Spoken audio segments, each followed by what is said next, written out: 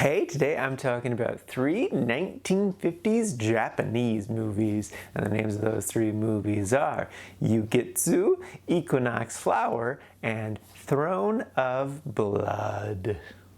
First up is Ugetsu. This is a 1953 movie, and the basic premise is, in the olden days of Japan during a civil war, these two married couples are neighbors and they're kind of struggling in life, but the main guy has a pottery side business that's suddenly booming because it's easy to make money during war times. And so he's kind of getting a little greedy, sidelined by that, and then his neighbor buddy is like, hey, I want to go be a samurai, but you're making money with this pottery stuff, so maybe I can make some money with you, and then I can go buy stuff to be a samurai, and then we're off to be a samurai and be loved by everyone, and it'll be great. But the wives are just kind of like, don't.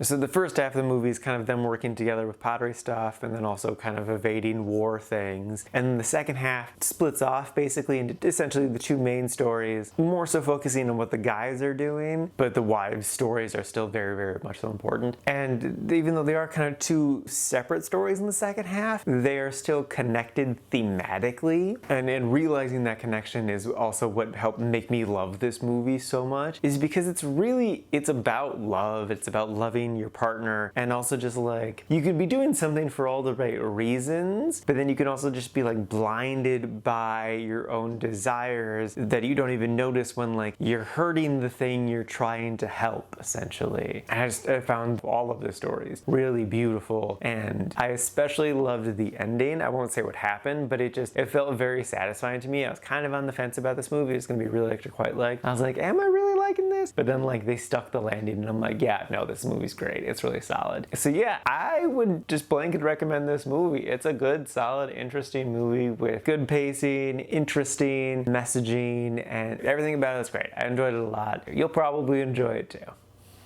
Next up is Equinox Flower. This is a 1958 Japanese film. This movie is really interesting. The premise is sort of similar to Fiddler on the Roof, which actually made me like it more because I love that movie / story a lot. So the basic premise is there's this group of men whose daughters are all reaching marrying age, like they should probably get married. I'm guessing between 20 and 30, they didn't really say. And so like some of the daughters are getting arranged marriage, and for some of them that's what they want, some of them that's not what they want, and some of them are finding love on their own, but like their dads aren't super approving of stuff. But then like they're sometimes more approving of other daughters being more adventurous than their own daughters. I enjoyed this movie a lot. It's not in the really liked category, but that's really more of a me thing, because the day that I watched it I was a little anxious because there was a thing happening, and then also unrelated to the movie, I got very sleepy, it got very warm in here, and so on and so forth. Usually with anxiety I get sleepy anyway, so I had to pause the movie to take a little nap ski, and when I came back to it, the movie had kind of lost its momentum. It's literally my fault because I stopped it because I was tired. So I 100% believe that when I rewatch this movie, it's gonna be a really liked, because it's really, really solid. I really like too though that like this movie is just essentially like people sitting down and having conversations. Like it's literally just like two characters will just like sit down at a table and just have long discussions about relationships or what have you. And it's just, you'd think a movie about people just sitting around just talking at each other would get boring, but this movie's just, it's so fascinating. With a big part of that being the father's viewpoint is so foreign to me, and I think that also helped captivate my attention with this movie, because I'm just like, dude, you guys have this weird standpoint. I don't get it, but you're really adamant about it. So that's interesting. So yeah, I enjoyed this movie a good solid amount. I would definitely recommend this one too. If it sounds interesting, it's worth a watch. It's not bad, not by a long shot.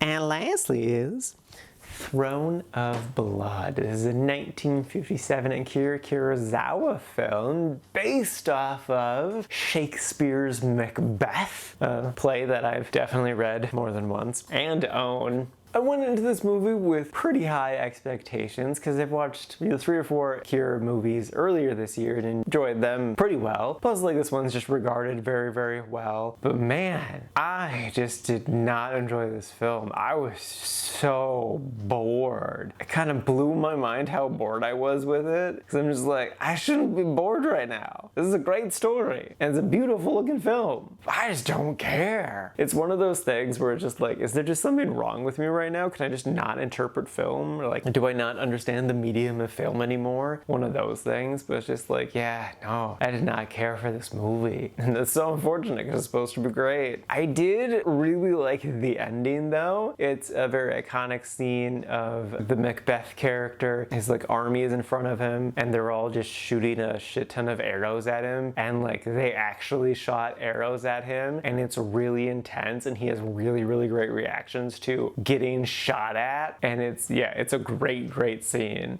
The rest of the movie really did not care for. But yeah, so unless like you're really, really into Shakespeare, I don't recommend this movie. If you are a big Shakespeare nerd, you definitely should watch this movie if you haven't seen it before because you will definitely get a lot out of this. But if Shakespeare's not your jam, it's okay to miss this one. Alrighty, now for today's rankings. First up, we got Ugetsu sitting at number 21 in the really like section. And then after that, not too terribly far behind, is Equinox Flower sitting at number 39 in the quite like section. And then bringing up the rear, rightfully so, is Throne of Blood sitting at number 88 in the meh category. And this is out of a total of 117 old movies so far this year.